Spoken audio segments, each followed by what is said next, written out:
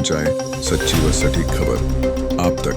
आदरणीय आकाश आनंद जी हमारे बीच में पहुंच चुके हैं। बहुजन समाज पार्टी जिंदाबाद, बहुजन समाज पार्टी जिंदाबाद, आकाश आनंद जिंदाबाद, आकाश आनंद जिंदाबाद, बहन कुमारी मालती जिंदाबाद, इनेलो बसपा गठबंधन जिंदाबाद, आकाश आनंद जिंदाबाद, आकाश आनंद जी आगे बढ़ाओ, आकाश आनंद जी आगे बढ़ाओ, बहुजन समाज पार्टी जिंदाबाद, बहन कुमारी मालती जिंदाबाद, इनेलो बसपा गठबंधन जिंदाबाद, अभय सिंह चौटाला जिंदाबाद, बीएसपी के सम्मान में, बीएसपी के सम्मान में बहुजन समाज पार्टी जिंदाबाद, रणधीर सिंह बेनीवाल जिंदाबाद, रणधीर सिंह बेनीवाल जिंदाबाद, बेनीवाल साहब आगे बढ़ो, आकाश आनंद जी आगे बढ़ो, बहुजन समाज पार्टी जिंदाबाद।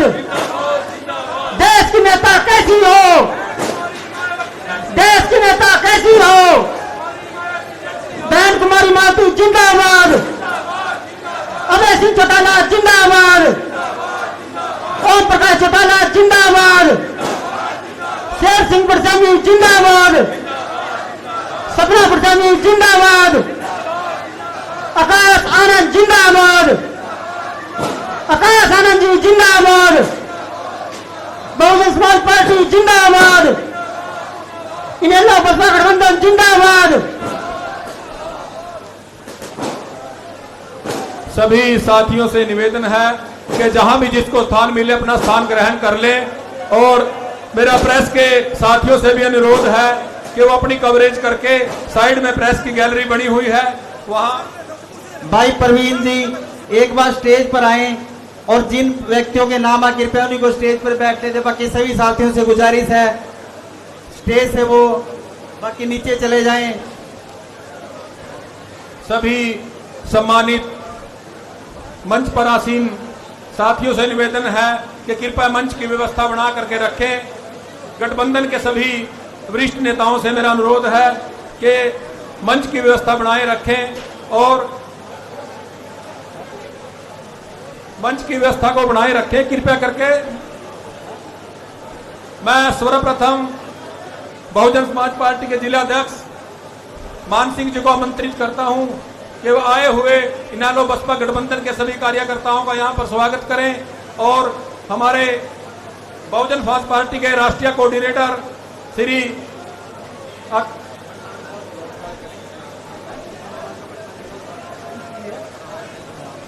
सर्वप्रथम आपके बीच में बहुजन समाज पार्टी के राष्ट्रीय कोऑर्डिनेटर का यहां पहुंचने पर हमारे पूर्व विधायक और आपके दुख सुख के साथी आदरणीय चौधरी शेर सिंह जी परसामी सम्मानित करेंगे।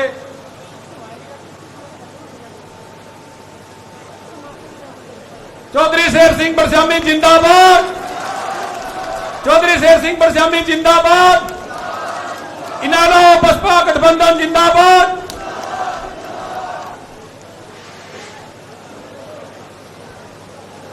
बहुत ही सम्मान के योग हिंदुस्तान की भविष्य की राजनीति के सितारे बहन कुमारी मायावती जी के भतीजे व उनके वारिस आकाश आनंद जी, उनके साथ आए बहन जी के बहुत ही भरोसेमंद कमांडर, चार प्रदेशों के प्रभारी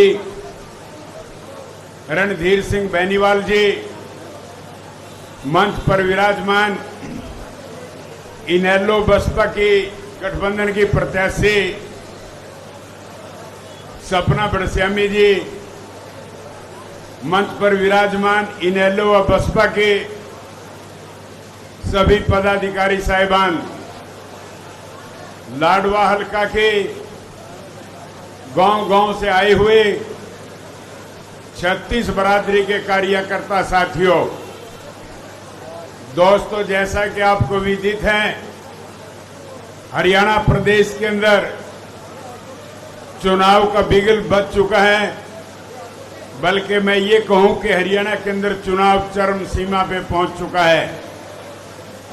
और दोस्तों, हमारा देश प्रजातंत्र प्रणाली का देश है। इस प्रजातंत्र के अंदर प्रत्येक व्यक्ति को दोस्तों वोट का अधिकार प्राप्त है। और दोस्तों, जहां तक सवाल है वोट के अधिकार का, प्रत्येक व्यक्ति के वोट में बराबर की ताकत है। दोस्तों, मैं आपको बताना चाहूंगा कि चाहे कोई अमीर है चाहे गरीब है, वोट की ताकत सबकी बराबर है। चाहे कोई 200 एकड़ का किसान है, जहां तक सवाल है वोट की ताकत का, जितनी ताकत 200 एकड़ के किसान की वोट में है, उतनी ही ताकत उसके खेत में मजदूरी करने वाले मजदूर की वोट के अंदर है। और दोस्तों, चाहे कोई बहुत बड़ा कारखाने का मालिक है, जितनी ताकत उस कारखाने के मालिक की वोट में है, उतनी ही ताकत उस कारखाने के अंदर मजदूरी करने वाले मजदूर की है। अब दोस्तों, प्रश्न उठता है कि ये वोट का अधिकार आपको किसने दिया? मैं उस व्यक्ति के बारे में आपको बताना चाहूंगा। लाडवा हल्का के बहादुर कार्यकर्ता साथियों, इस देश की आजादी से पहले हमारे देश के अंदर प्रत्येक व्यक्ति को वोट का अधिकार नहीं था। कुछ एक लोगों को ही वोट डालने का अधिकार था, जो बहुत बड़ी संपत्ति के मालिक थे, पढ़े लिखे लोग थे, या अन्य किसी विशेष पदों के ऊपर थे, उनको वोट का अधिकार प्राप्त था। यह वोट का अधिकार देने वाले व्यक्ति का नाम दोस्तों बाबा साहेब भीमराव अंबेडकर था। ताली बजा करके स्वागत करें।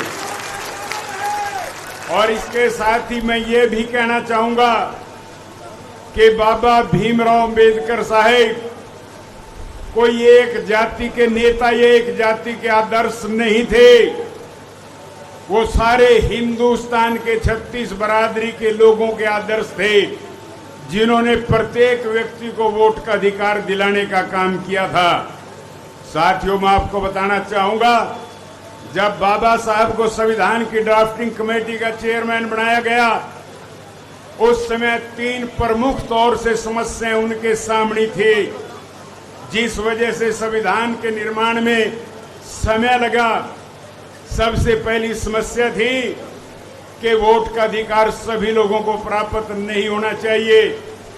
लेकिन बाबा साहिब इस मत के थे कि जब तक प्रत्येक व्यक्ति को वोट का अधिकार प्राप्त नहीं होगा, तो यह संपूर्ण प्रजातंत्र नहीं गिना जाएगा। बहुत लंबी जद्दोजहद के बाद बाबा साहब ने हिंदुस्तान के अंदर बसने वाले प्रत्येक नागरिक को वोट का अधिकार दिलाने का काम किया था। दोस्तों, यह श्रेय बाबा भीमराव अंबेडकर जी को जाता है। और उस समय ये तर्क दिए जाते थे कि ग्रामीण आंचल में बसने वाले गरीब व्यक्ति अपने वोट का सही से इस्तेमाल नहीं कर पाएंगे। तो बाबा साहब ने कहा कि यदि आप उनको मौका ही नहीं दोगे, तो वो वोट डालना और इसका इस्तेमाल करना कैसे सीखेंगे। तो दोस्तों, जो बाबा साहब की सोच थी, आज वो पूरी तरह से एक सफल प्रजातंत्र कहलाती है। जो लोग सोचते थे और इस चीज की मुखालिफ करते थे कि ग्रामीण अंचल के लोग वोट नहीं डाल पाएंगे, आज ग्रामीण अंचल में प्रजातंत्र पूरी तरह से सफल है।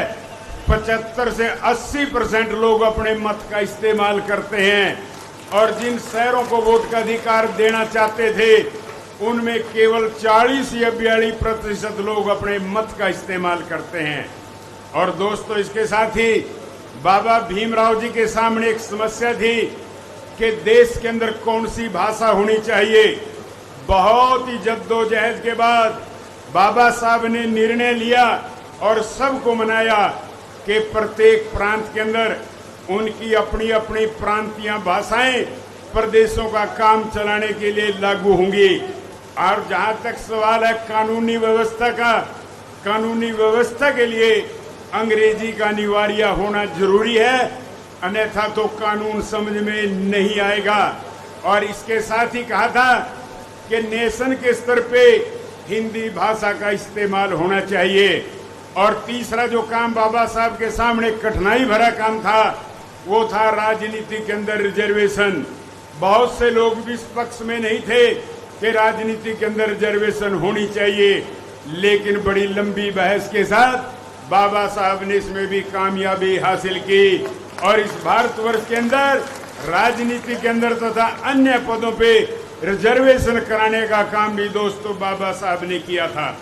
और साथियों, इसके साथ ही मैं बताना चाहूंगा कि इस देश के अंदर जो कानून बनाए थे, जो संविधान के अंदर सुविधाएं दलित को, पिछड़े को, कुचले वर्ग को दी थी, उनको अमली जामा पहनाने का काम स्वर्गीय चौधरी देवीलाल जी ने किया।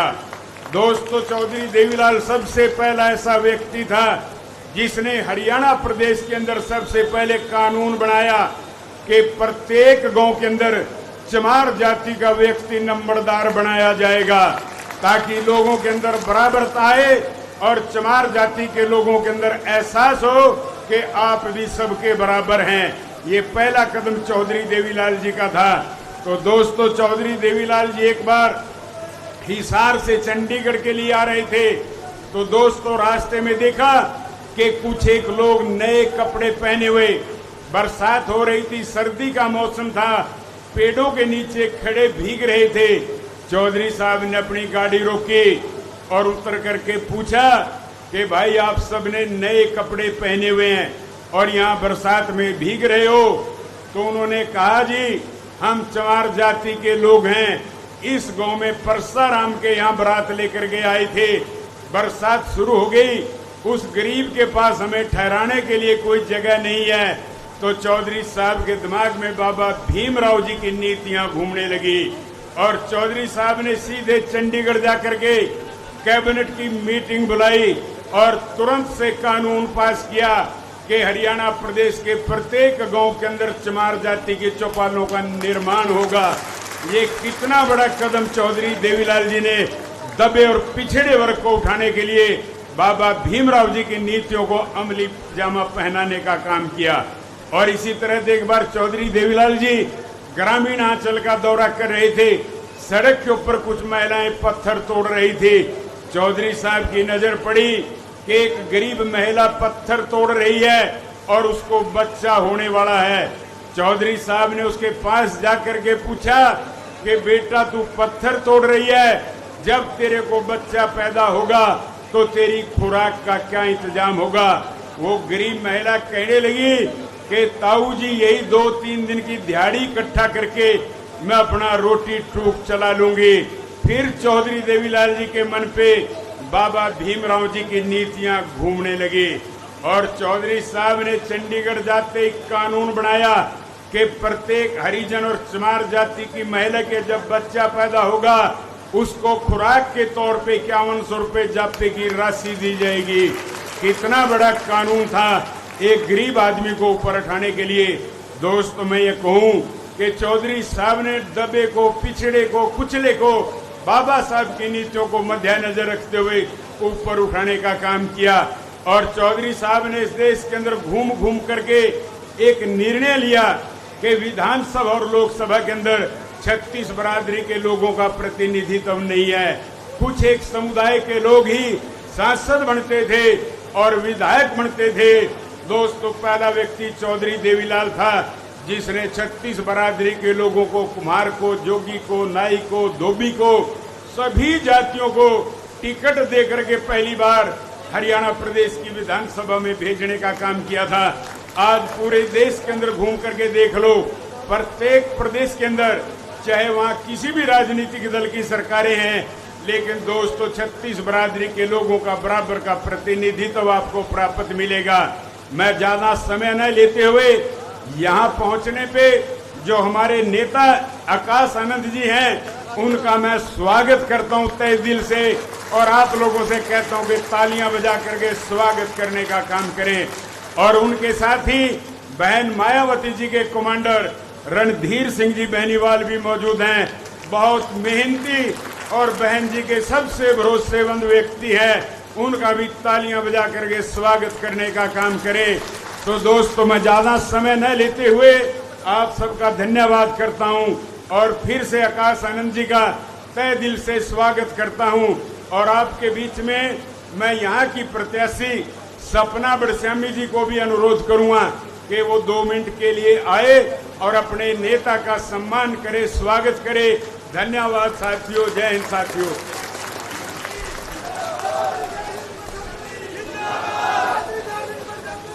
आप सभी को राम राम जी, राम राम, राम राम जी।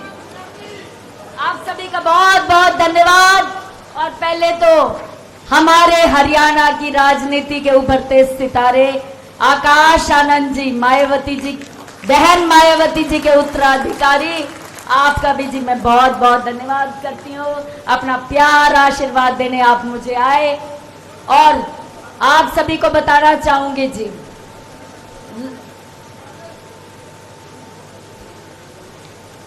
आकाश आनंद जी, बहन मायावती जी के विश्वास पात्र 4 बार प्रदेश के प्रभारी रहे रणधीर बेनीवाल जी का भी मैं बहुत बहुत धन्यवाद करती हूँ। अपना प्यार आशीर्वाद देने आए। और मेरे ससुर शेर सिंह बड़श्यामी जी, मान सम्मान, संघर्ष, मेहनत, मजबूत इंसान की पहचान मेरे ससुर शेर सिंह बड़श्यामी जी। मेरे डैडी ने मुझे आशीर्वाद दिया, उसका भी मैं बहुत बहुत धन्यवाद करती हूँ। बसपा के प्रदेश अध्यक्ष, प्रदेश महामंत्री श्रीमती शकुंतला जी, आंटी आप साथ आओ जी। आंटी मेरे साथ हल्के के सारे गांव जाके आई हैं। हमारी आंटी बहुत मेहनती है, शकुंतला आंटी जी, बहुत प्यार दिया, मुझे बहुत आशीर्वाद दिया। हमारे जिला के अध्यक्ष श्री मान सिंह जी, आपका भी बहुत बहुत धन्यवाद अपना आशीर्वाद देने पर। और मंच पे आसीन सभी INLD व BSP के नेतागण, सभी का मैं धन्यवाद करती हूँ जी। और लाडवा हल्के के हर गांव से मेरी माता, मेरी बहनें, बच्चे, पिता तुल्य कार्यकर्ता साथियों का स्वागत करती हूँ। राम राम जी। सबसे पहले तो मैं आकाश आनंद जी का यहाँ पहुंचने पर तहे दिल से स्वागत करती हूँ और धन्यवाद करती हूँ।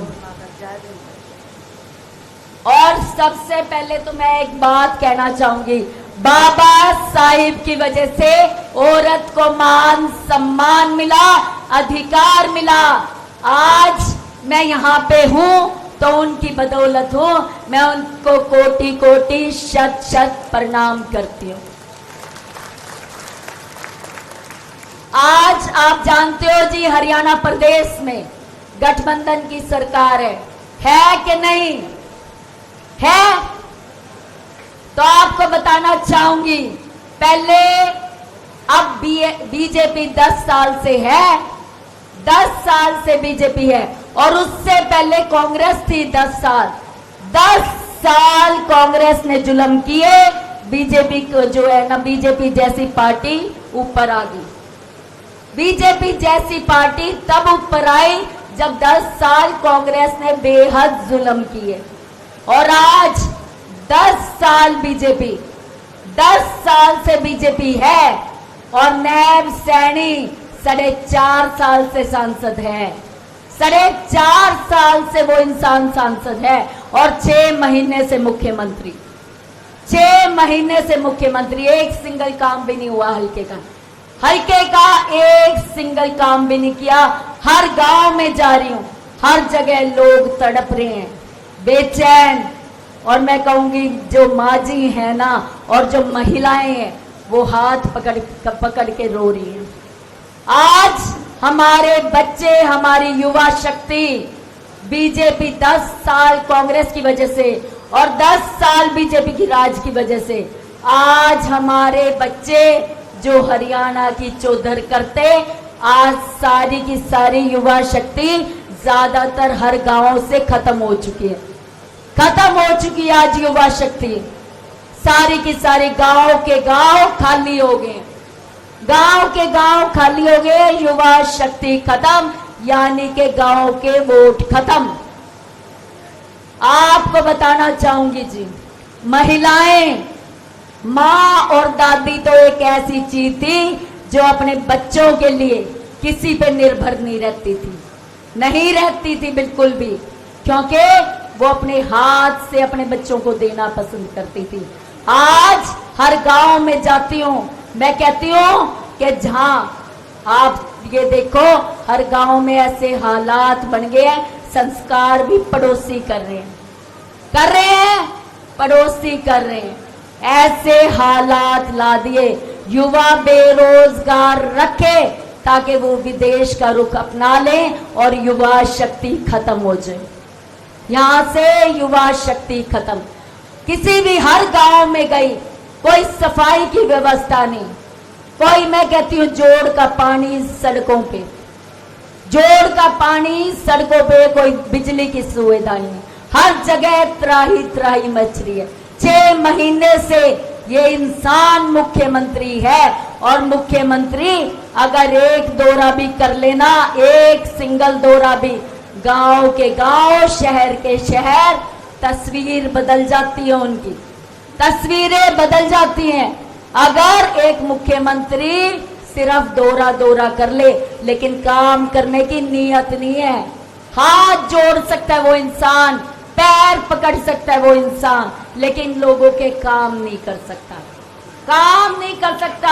आज इनकी बारी आई तो ये हाथ जोड़ के खड़े हो गए, आज इनकी बारी आई, हाथ जोड़ के खड़े हो गए। और जब हमारी बारी थी, तब आपको बताती हूँ ये क्या करते थे, डंडों से काम, डंडों से काम, किसानों पे लाठीचार्ज करा, किसानों पे लाठीचार्ज करा, हमारे अन्नदाता पे लाठीचार्ज करा।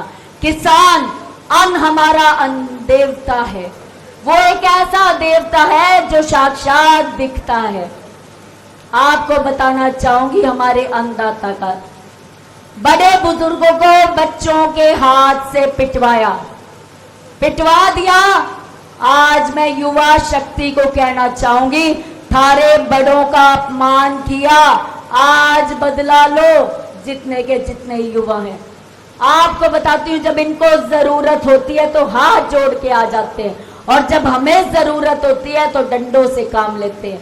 सरपंचों को मारा, सरपंचों को मारा, सरपंचों पे लाठीचार्ज। सरपंच हमारे मान सम्मान की पगड़ी थे, सरपंच हमारे मान सम्मान की पगड़ी होते हैं, उन पे भी लाठीचार्ज।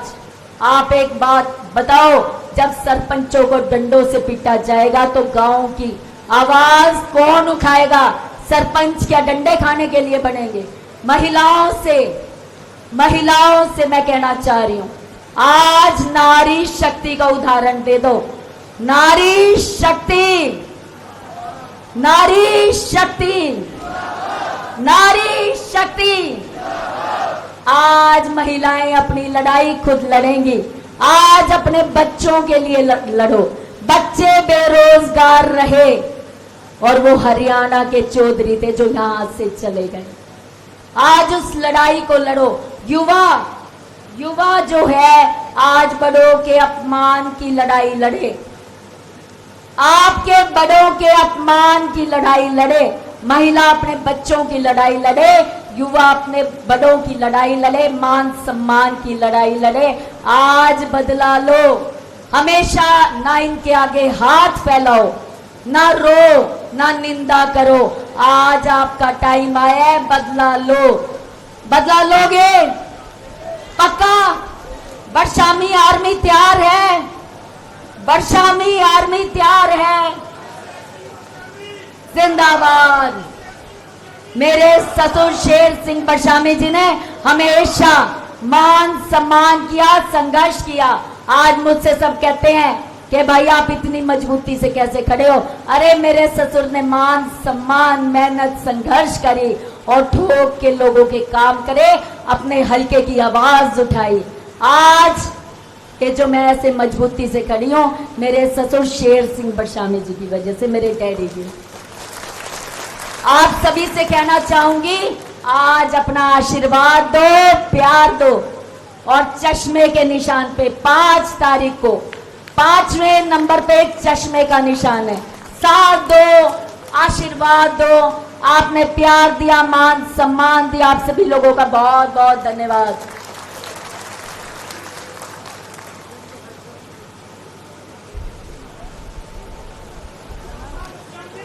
धन्यवाद।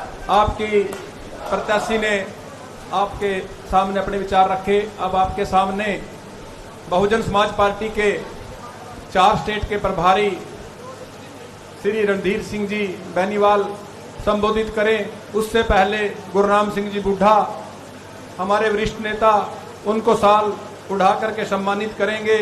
और तून खान जी इनालो के वरिष्ठ नेता, वो सम्मान की सूचक पगड़ी भेंट करेंगे।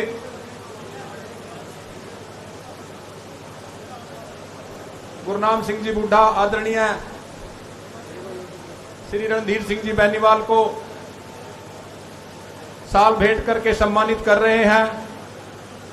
यहां आज इस गठबंधन की रैली में पहुंचने पर आप सभी हल्का वासियों की तरफ से श्री गुरनाम सिंह जी बुढ़ा ने साल भेंट की और इनालो के वरिष्ठ नेता तून खान जी ने आप सभी की ओर से पगड़ी पहना करके सम्मानित किया।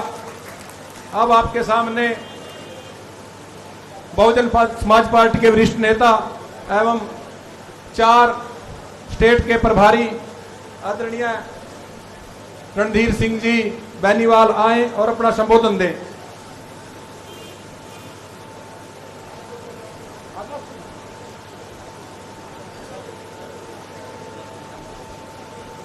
आपके सामने रणधीर जी ने कहा कि आज की सभा को आकाश आनंद संबोधित करेंगे। इसको मुकुट दे करके बहुजन समाज पार्टी के जिला अध्यक्ष मान सिंह जी राष्ट्रीय राजनीति के उभरते सितारे आकाश आनंद जी को मुकुट दे करके सम्मानित कर रहे हैं बहुजन समाज पार्टी के। और पगड़ी भेंट करी है श्रीमती शकुंतला भट्टी ने और चांदी का मुकुट दे करके बहुजन समाज पार्टी के जिला अध्यक्ष मान सिंह जी ने आप सभी की ओर से यहां पहुंचने पर उनका स्वागत किया।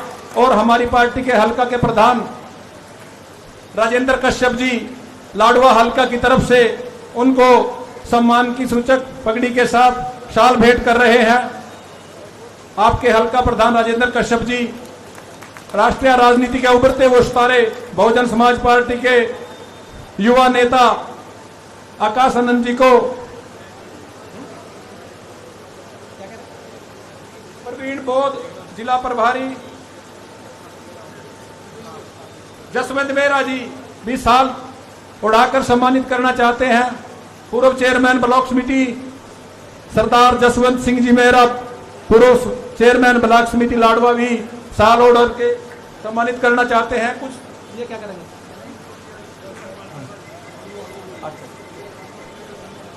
साथियों, प्रोफेसर प्रवीण बोध जिला प्रभारी महेंद्रपाल लाडवा जी वो भी चित्र भेंट करेंगे। माननीय आकाशनंद जी को अपनी भावनाओं को व्यक्त करते हुए लाडवा हल्के में पहुंचने पर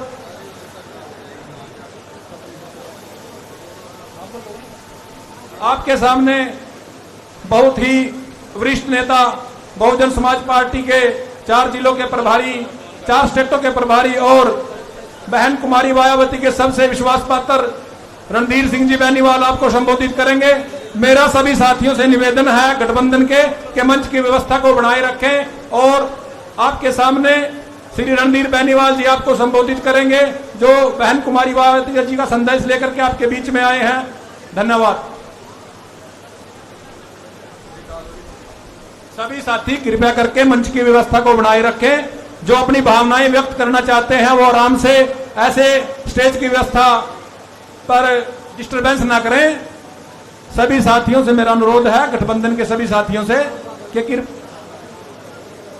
कृपया करके मंच की व्यवस्था को बनाए रखें और पीछे जो साथी अपनी भावनाएं व्यक्त करना चाहते हैं वो आराम से अभी आपके सामने राजकुमार जी हल्का प्रधान और उनके साथी साहब सिंह जी, ताराचंद जी उमरी से आए हुए हैं जो हमारे बहुजन समाज पार्टी के साथी हैं, वो भी पुष्प गुच्छ भेंट करके उनका लाडवा हल्का में पहुंचने पर अभिनंदन करना चाहते हैं।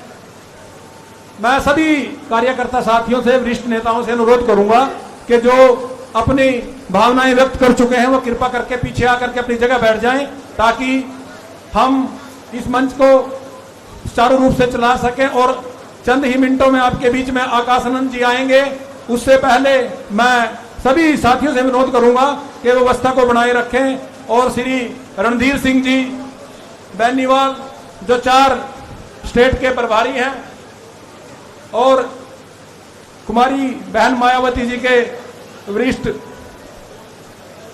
साथी हैं और उनका यहां पहुंचने पर स्वागत है और आपके बीच में अभी आपको संबोधित करेंगे। इनेलो बसपा गठबंधन जिंदाबाद, इनेलो बसपा गठबंधन जिंदाबाद। श्री रणधीर सिंह जी।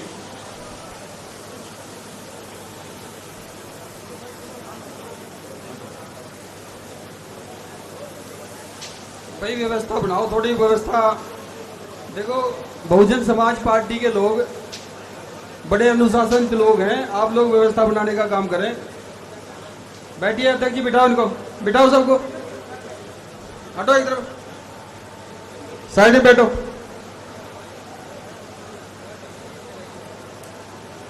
बाबा साहब भीमराव अम्बेडकर, मान्यवर साहब श्री काशीराम जी को नमन करते हुए चौधरी देवीलाल जी को अपना सम्मान पेश करते हुए देश के सबसे बड़े सूबे उत्तर प्रदेश की 4 बार रही मुख्यमंत्री आदरणीय बहन कुमारी मायावती जी को अपना आदर्श नेता मानते हुए आज इस मंच पर उपस्थित मुख्य अतिथि के रूप में बहुजन समाज पार्टी के एकमात्र उत्तराधिकारी आदरणीय श्री आकाश आनंद जी पहुंच चुके हैं। इनके लिए मैं जोरदार तालियों की गड़गड़ाहट से स्वागत चाहता हूं। सम्मानित साथियों, तालियों में कंजूसी ना करो, तालियां चंडीगढ़ की कुर्सी तक आवाज पहुंचनी चाहिए कि बरसामी के यहाँ एक जलसा हो रहा है और वहां से मुख्यमंत्री को हराने का काम आप लोग कर रहे हैं। ये आवाज पहुंचनी चाहिए वहां तक। पिछले लोग तालियां नहीं बजा रहे, खाली बैठे हैं। सम्मानित साथियों, आलकस उतार दो। आपको जंग में कूदने का समय है, युद्ध में कूदने का समय है। ये लड़ाई बच्चा बूढ़ा जवान सबकी है, ये लड़ाई किसी एक की नहीं है। इस लड़ाई में भारतीय जनता पार्टी को हराने के लिए और कांग्रेस को हराने के लिए ये गठबंधन हुआ सम्मानित साथियों, और ये गठबंधन पवित्र गठबंधन है। ये गठबंधन बराबरी का दर्जा देने के लिए गठबंधन है। ये गठबंधन आपके अधिकारों को दिलाने के लिए गठबंधन है सम्मानित साथियों। ये गठबंधन आपके बच्चों के भविष्य को बनाने के लिए गठबंधन है। इस गठबंधन में मंच पर उपस्थित शेर सिंह बड़सामी जी जो बड़े ताकत से और मजबूती से चुनाव लड़ने का काम कर रहे हैं सम्मानित साथियों, इनके लिए भी जोरदार तालियों से स्वागत। आपके बीच में सपना बड़सामी जी जो इस क्षेत्र से चुनाव लड़ रही है सम्मानित साथियों, और उनके विचार हमने सुने, बड़े ताकत और जोश के विचार है सम्मानित साथियों। इसी जोश और खरोश के साथ वो आपके बीच में जब विधायक बन करके आएंगी, इसी जोश और खरोश के साथ आपका विकास करने का काम करेंगी।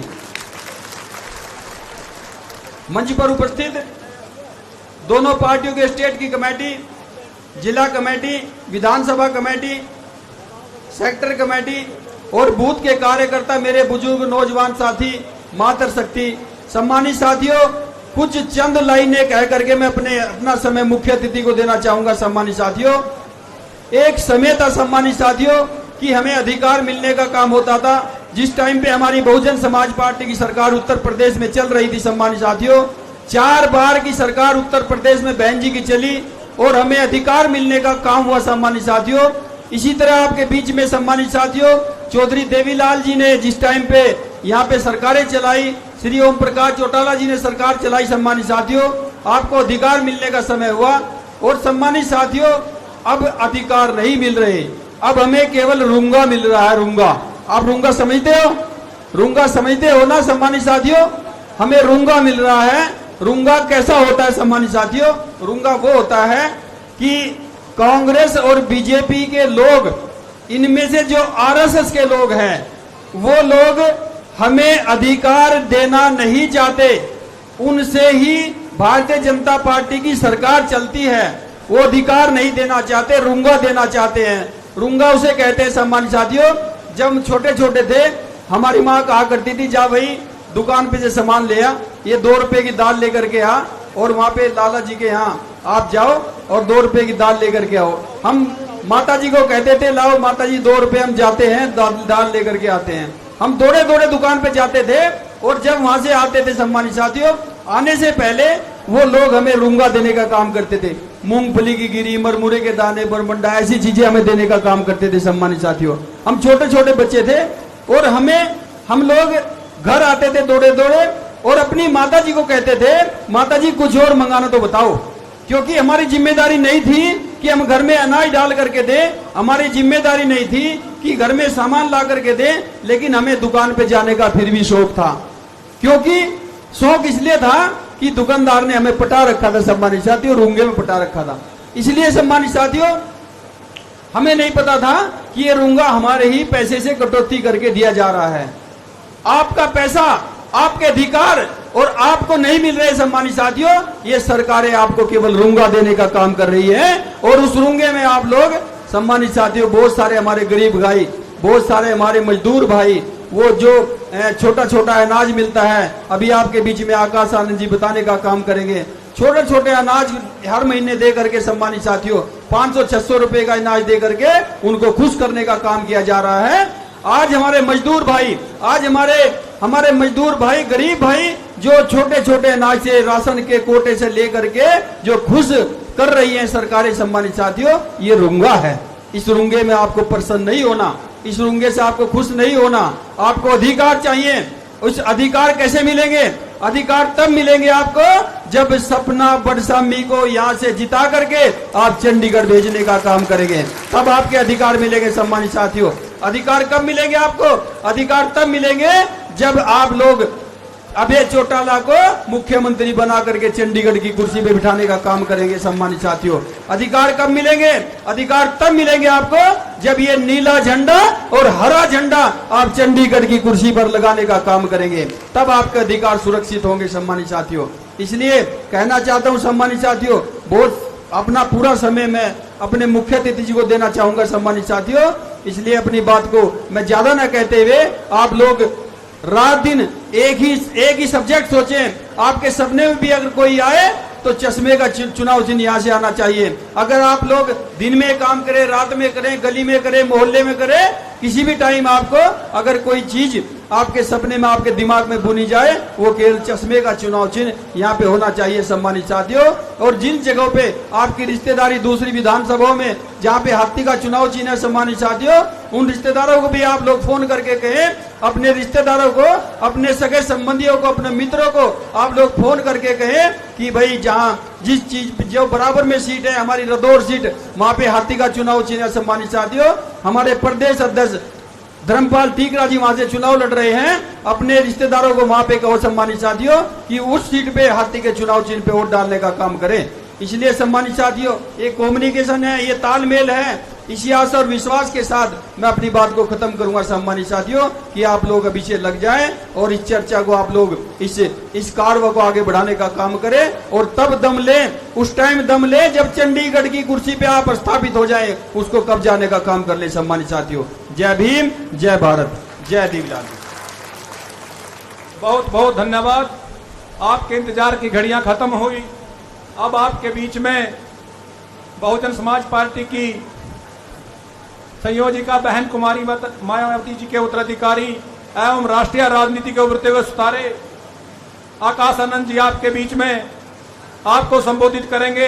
अनिल बैनी जी, सुखवंत शिथल जी, कलीराम शिथल जी, बाबा साहिब का एक चित्र भेंट करके उनको सम्मानित करना चाहते हैं और एक चित्र वो प्रत्याशी सपना बड़श्यामी को देना चाहते हैं। कृपया करके वो आगे निकल जाएं ताकि मंच की व्यवस्था बनी रहे, वो दूसरी साइड से निकल जाएं। इनालो बसपा गठबंधन जिंदाबाद, इनालो बसपा गठबंधन जिंदाबाद। आपके बीच में आपके इंतजार की घड़ियां खत्म हुई और राष्ट्रीय राजनीति में उभरते हुए सितारे आकाश आनंद जी आपको संबोधित करेंगे। आकाश आनंद जिंदाबाद, चौधरी शेर सिंह बड़श्यामी जिंदाबाद।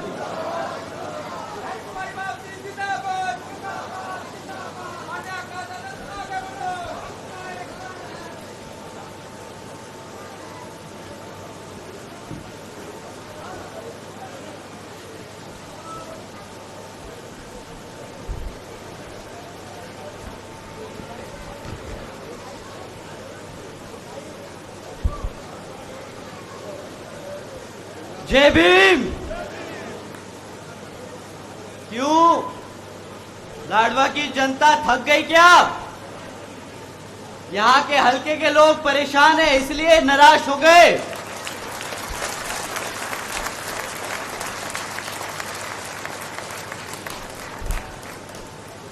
एक बार ऐसा जय भीम दीजिए कि चंडीगढ़ को पता चल जाए। आपके यहाँ जो सामने खड़ा है मुख्यमंत्री, उसको समझ आ जाए कि यहाँ से आपने सपना जी को जिताकर भेजने का मन बना लिया। जय भीम। आज यहाँ मौजूद हमारी सभी माताएं बहनें, हमारे सभी बड़े बुजुर्ग, हमारे सभी युवा साथी जो अपना दिन का इतना कीमती समय निकालकर हम सबको सुनने आए, आप सभी का मैं तहे दिल से धन्यवाद करता हूं। और आज इस विशाल चुनावी जनसभा को सफल बनाने के लिए जो हमारे बसपा और इनेलो के सभी पदाधिकारी एवं नेतागण और हमारी मूवमेंट की जान, हमारे मेहनत कष्ट कार्यकर्ता, आप सभी ने जो दिन रात मेहनत करके यहाँ पर इस चुनावी जनसभा को सफल बनाने के लिए कार्य किया, आप सभी का भी मैं तहे दिल से धन्यवाद करता हूं।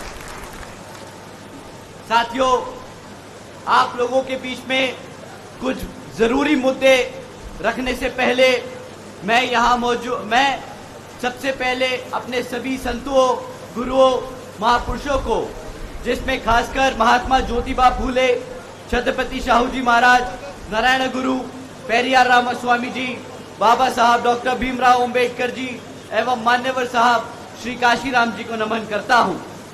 साथ ही मैं बहुजन समाज पार्टी के राष्ट्रीय अध्यक्ष व उत्तर प्रदेश की 4 बार रही मुख्यमंत्री व पूर्व सांसद आदरणीय बहन जी के नाम से लोकप्रिय बहन कुमारी मायावती जी को भी तहे दिल से आभार प्रकट करता हूं।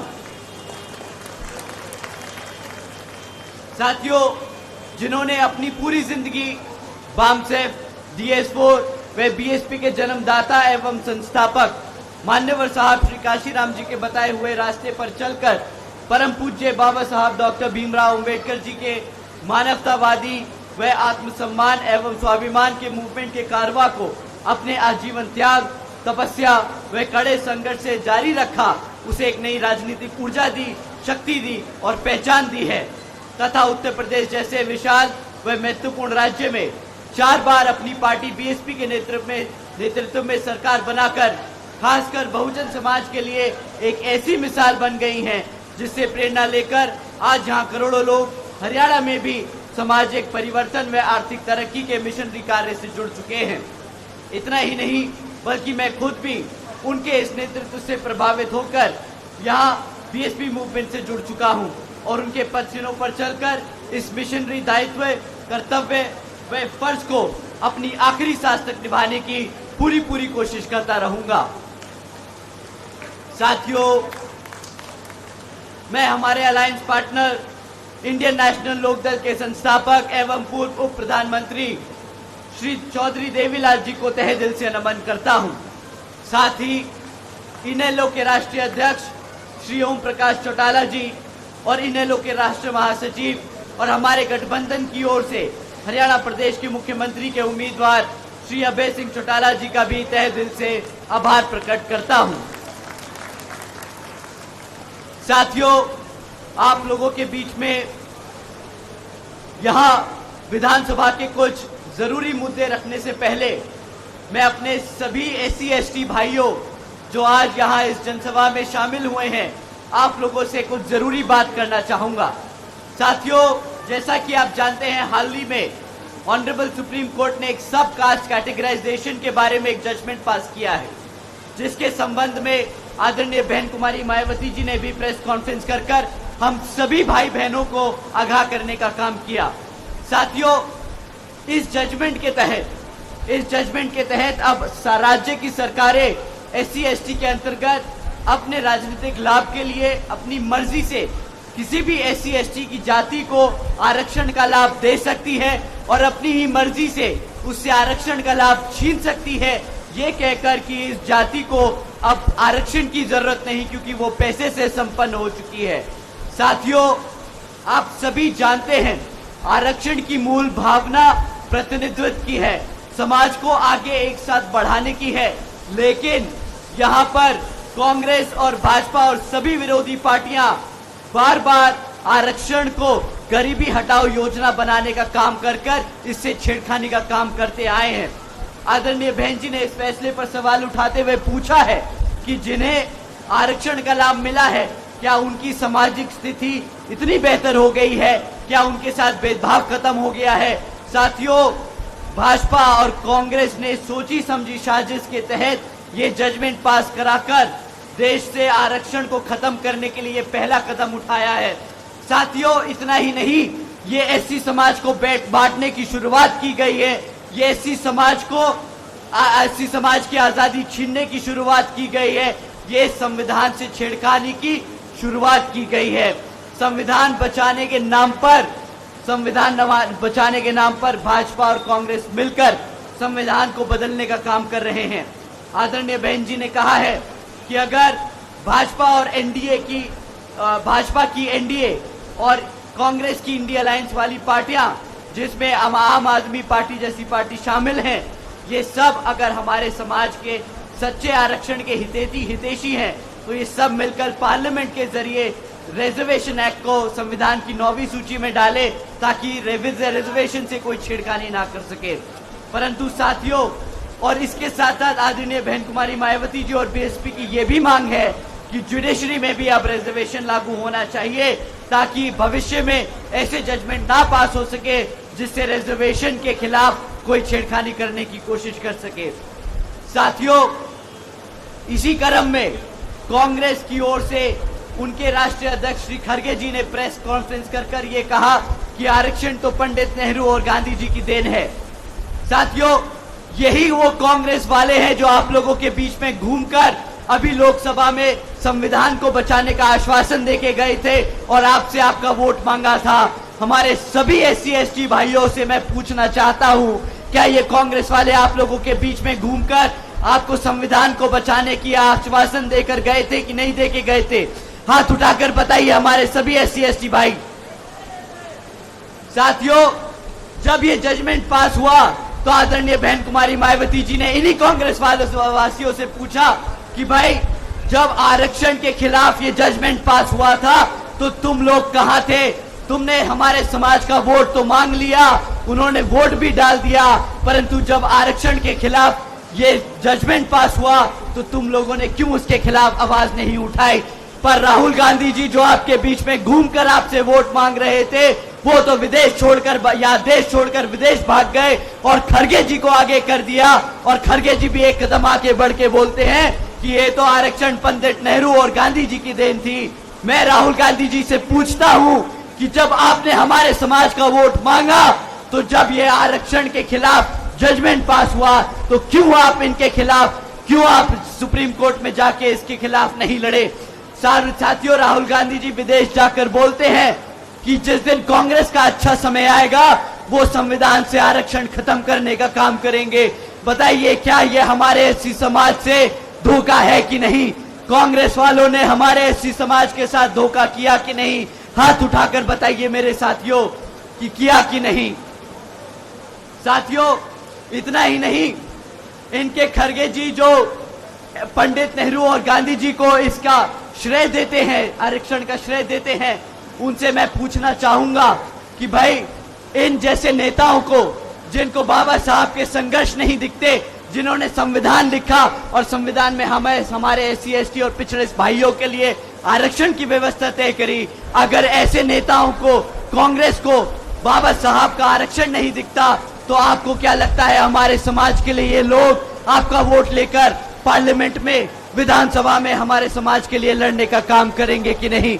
मैं नहीं समझता कि ये कांग्रेस वाले हमारे समाज के हितैषी हैं। साथियों, ये लोग जो बाबा साहब को नकारते हैं, इन लोगों से दलित या आरक्षण विरोधी तो है ही है।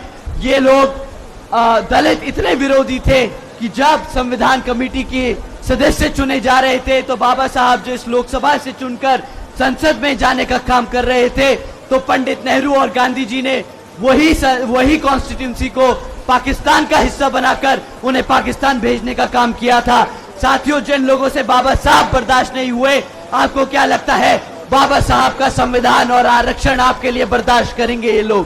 कांग्रेस साथियों, कांग्रेस पार्टी आरक्षण विरोधी थी, आरक्षण विरोधी है और आरक्षण विरोधी रहेगी। साथियों, ये कांग्रेस पार्टी जिन्होंने बाबा साहब को भारत रत्न की उपाधि तक नहीं दी, इन्होंने तो मंडल कमीशन की रिपोर्ट भी लागू नहीं करी, ये लोग क्या आपको लगता है हमारे समाज के लिए लड़ेंगे? मैं आज आप लोगों को इस मंच के द्वारा मैं आप सबको बताना चाहूंगा कि राहुल गांधी जी, हुड्डा जी, कांग्रेस दलित विरोधी थे, आरक्षण विरोधी थे, दलित विरोधी और आरक्षण विरोधी हैं, दलित विरोधी और आरक्षण विरोधी रहेंगे।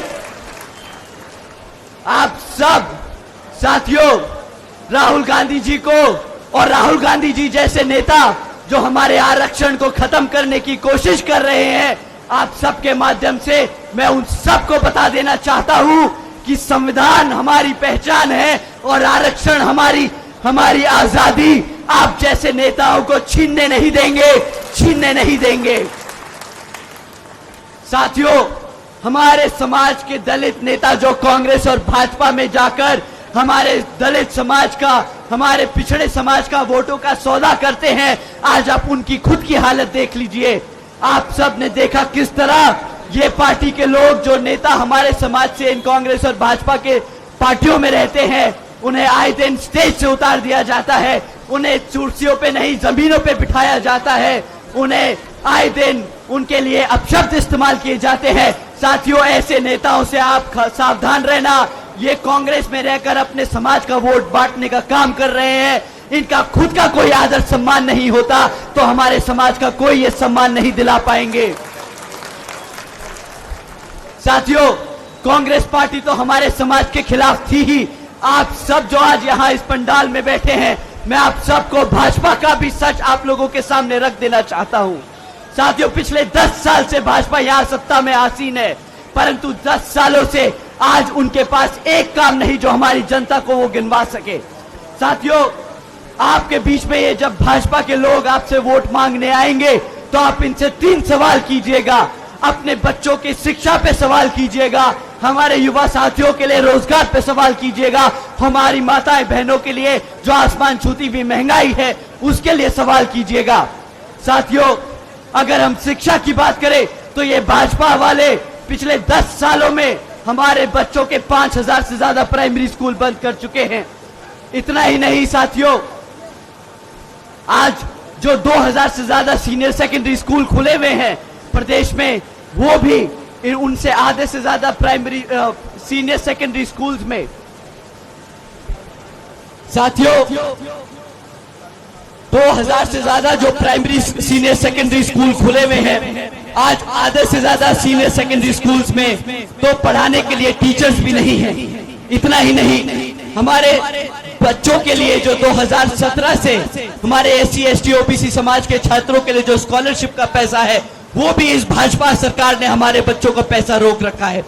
साथियों, एक तरफ हमारे बच्चों की पढ़ने की संख्या बढ़ती जा रही है, और दूसरी तरफ ये भाजपा वाले हमारे बच्चों की पढ़ाई का पैसा रोक रहे हैं, हमारे बच्चों के पढ़ाने वाले स्कूलों में शिक्षक नहीं भर्ती कर रहे और हमारे बच्चों के लिए जो खुले हुए स्कूल थे उन्हें बंद करने का काम किया है। आप ही बताइए साथियों, क्या ऐसी सरकार को आप अपने हलके में घुसने देंगे? आपके बच्चों के साथ, आपके बच्चों की शिक्षा से जिन्होंने खिलवाड़ किया, क्या आप ऐसे लोगों को दोबारा अपने हलके में दोबारा सत्ता में आने देंगे? साथियों, भाजपा में वही मुख्यमंत्री आपके हलके से लड़ रहा है, उसको मुंह तोड़ जवाब देना है। यहां से आप लोग अपनी सपना जी को जिताकर विधानसभा भेजेंगे और अपने बच्चों के लिए एक सुरक्षित भविष्य तय करने का काम करेंगे। साथियों, भाजपा ने सिर्फ एक ही क्षेत्र में तरक्की करी है जब शिक्षा की बात करते हैं। आए दिन पेपर लीक की खबरें जो हम सुनते आए हैं। साथियों, कोई भी ऐसी सरकारी डिपार्टमेंट नहीं बचा जिसकी भर्ती के परीक्षा के पेपर ना लीक हुए हो। साथियों, हकीकत तो यह है कि भाजपा हो या कांग्रेस, दोनों ही पार्टियां हमारे बच्चों के भविष्य से खिलवाड़ करती आई है। एक सरकार में रहकर हमारे बच्चों को परेशान करती है तो दूसरी विपक्ष में बैठकर हमारे बच्चों के लिए आवाज नहीं उठाती। आप सभी बताइए, क्या ऐसी पार्टियों को आप दोबारा यहां पर आने देंगे कि नहीं?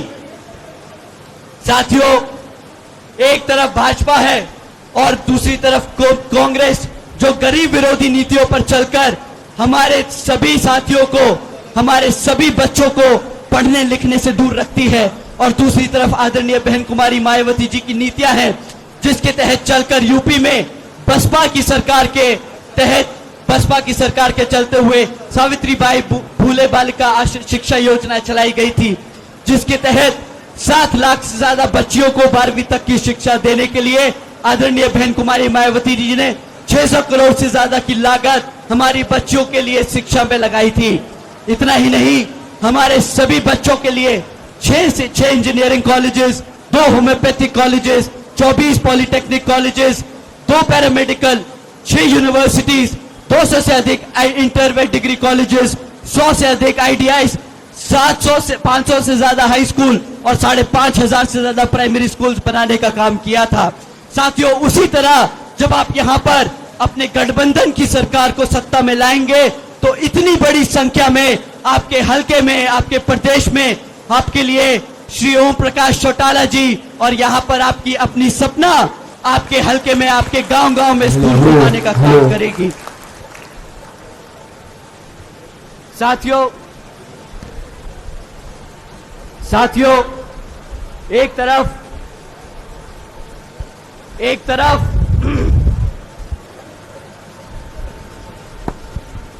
साथियों, आज लगता है माइक हमें बोलने नहीं देगा।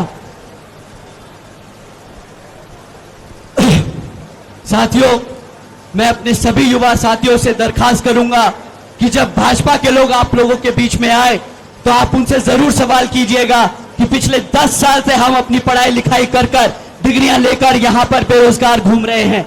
आपको जानकर हैरानी होगी कि यहां आज पंडाल में बैठे युवा साथी अकेले नहीं है। हरियाणा का 40% युवा आज की डेट में बेरोजगार घूम रहा है।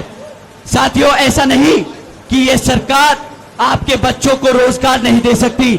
मेरे युवा साथी, आप लोगों को जानकर हैरानी होगी कि भाजपा के पास आज 2 लाख से ज्यादा सरकारी पद खाली पड़े हैं। इतना ही नहीं, आज 10 साल बाद 2000 से ज्यादा जो सरकारी कॉलेजेस में जो हमारे लेक्चरर्स थे वो पिछले 10 साल से परमानेंट होने की मांग कर रहे हैं।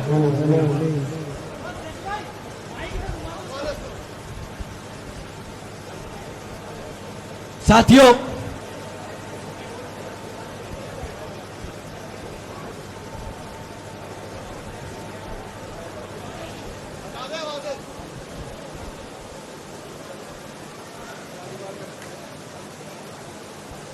साथियों 2 लाख से ज्यादा सरकारी पद जो खाली पड़े हैं, ऐसा नहीं कि ये भाजपा अगर चाहे तो हमारे बच्चों को रोजगार देने के लिए वो सरकारी पद नहीं भर सकती, परंतु इनकी नीयत नहीं है कि ये सरकारी पद वो भर सके। क्योंकि साथियों, जो 2 लाख सरकारी पद हैं, अगर इन्होंने हमारे सभी समाज के बच्चों को वो पद भरकर दे दिए, उन्हें रोजगार दे दिया, तो उसके तहत इन लोगों को वो आरक्षण के तहत उन सरकारी पद को भरना पड़ेगा, परंतु ये लोग वो 2 लाख सरकारी पद नहीं भरते। ये लोग कौशल विकास निगम जैसी योजनाएं चलाते हैं और हमारे पक्की नौकरियों को कच्ची नौकरी करने का काम करते हैं, ताकि हमारे बच्चों को इन्हें परमानेंट ना करना पड़े, हमारे बच्चों को इन्हें आरक्षण के तहत वो रोजगार ना देना पड़े। साथियों, एक तरफ भाजपा की सरकार है जो काम करना हमारे बच्चों को ना रोजगार देकर उन्हें आती है, और दूसरी तरफ हमारी आदरणीय बहन कुमारी मायावती जी की सरकार रही, जिसके तहत चलकर बहन जी ने 90,000 से ज्यादा शिक्षकों को रोजगार दिया था, 1 लाख से अधिक सफाई कर्मचारियों की भर्ती की थी, 2 लाख से अधिक जवानों को पुलिस फोर्स में भर्ती किया था और 30 लाख से अधिक हमारे अपर कास्ट समाज के कमजोर भाइयों को विभिन्न सरकारी विभागों में नौकरी देने का काम किया था। साथियों, इतना ही नहीं बल्कि बहन जी के शासनकाल के दौरान बसपा की सरकार ने कृषि एवं संबंधित कार्यों में अपना जो डेली मिनिमम वेज है वो 55 रुपए से बढ़ाकर 100 रुपए प्रतिदिन करने का काम किया था, और अन्य पिछड़े वर्गों की क्रीमी लेयर की वार्षिक आय को भी 3 लाख रुपए से बढ़ाकर 5 लाख रुपए करने का काम किया था। हमारे किसान भाइयों को जानकर अच्छा लगेगा कि साथी बहन जी ने गन्ना खरीदी के दाम भी रातों रात दुगने कर दिए थे। साथियों, बहन जी के गवर्नेंस मॉडल के तहत चलकर यही बीएसपी की सरकार ने प्रदेश के सभी समाज के लोगों को अपने पैरों पर खड़ा कर एक स्वाभिमान से जीने का अधिकार दिलाया था। और अब साथियों, अगर हम यहाँ हमारी महिलाओं के बारे में बात करें, जो यहाँ पर सरकार आप लोगों को महंगाई के नाम पर टरकाती आई है, आज कहती है हम गैस सिलेंडर सस्ता कर देंगे, हम यहाँ पर आप लोगों को मुफ्त में राशन दे देंगे। मैं अपनी माताएं बहनों से पूछना चाहूंगा कि आप माताएं, आप सभी को इनसे सवाल करना है कि भाई अगर आप हमें मुफ्त में राशन या गैस का सिलेंडर भी दे देंगे तो उसकी धनराशि सालाना 12,000 से ऊपर की नहीं हो सकती। आप लोग उनसे पूछिएगा कि अगर साल का 12,000 रुपए का मुफ्त का राशन अगर आप लोगों को वाजिब लगता है, आप उनसे जरूर सवाल कीजिएगा कि अगर 12,000 रुपए का राशन वाकिफ है तो हमारे बच्चों की जो महीने की 25,000 की नौकरी बनती है वो कहां है। अगर आपकी बच्ची को, अपने बच्चों के लिए आप रोजगार की मांग करेंगे तो आपको महंगाई की मार नहीं पड़ेगी। आप अपने बच्चों को रोजगार के लिए मांगिएगा, ये मुफ्त में राशन की स्कीमों में मत आइएगा। साथियों, ये लोग बड़े चौड़ से कहते हैं भाजपा वाले कि हमने भारत की 80 करोड़ जनता को मुफ्त में राशन देने का काम किया। मैं इनसे पूछता हूं कि भाई 80 करोड़ जनता को अगर मुफ्त में राशन देने की तुम्हें जरूरत पड़ रही है तो मतलब 80 करोड़ जनता भारत की आज गरीबी रेखा से नीचे है, क्योंकि वो खुद अपना राशन नहीं खरीद सकती। यहाँ एक तरफ श्री अभय सिंह चौटाला जी और आदरणीय बहन कुमारी मायावती जी की नीतियां हैं, जिसके तहत चलकर आपके हल्के में नहीं पूरे प्रदेश में वो हमारे बच्चों को रोजगार देने का काम करेगी, ताकि हमारी यहाँ सभी माताएं बहनों को अपने आप, अपने बच्चों को अपने पैरों पर खड़ा करके देखेंगी, एक स्वाभिमान से जीने की जिंदगी मिलेगी। साथियों, आखिर में इन्हीं कुछ जरूरी बातों के साथ ही अब मैं आप सभी लोगों से, खैर मैं और आदरणीय बहन कुमारी मायावती जी की भी एक खास विशेष अपील है कि इस विधानसभा चुनाव में आप सभी लोग हर मोर्चे पर सावधान रहें, क्योंकि आपका वोट बहुत कीमती है।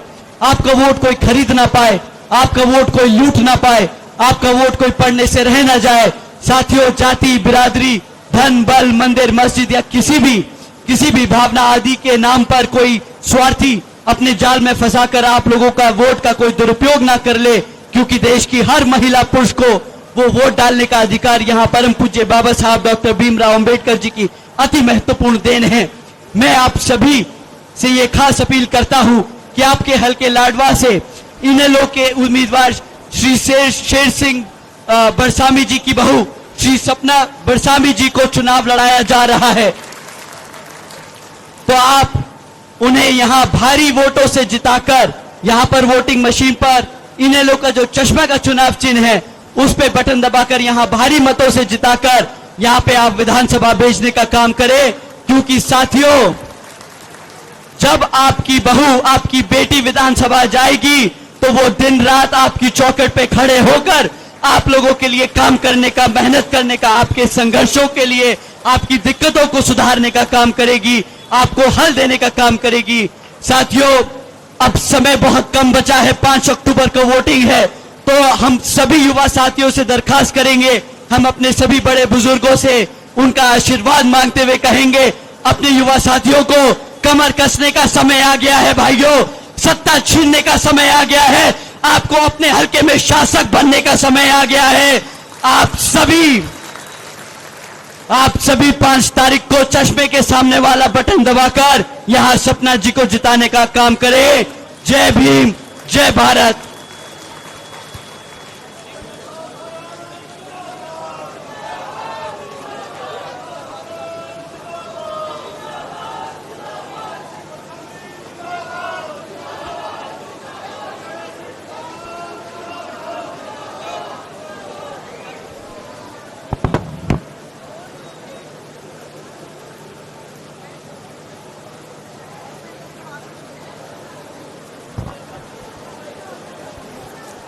Hello hello hello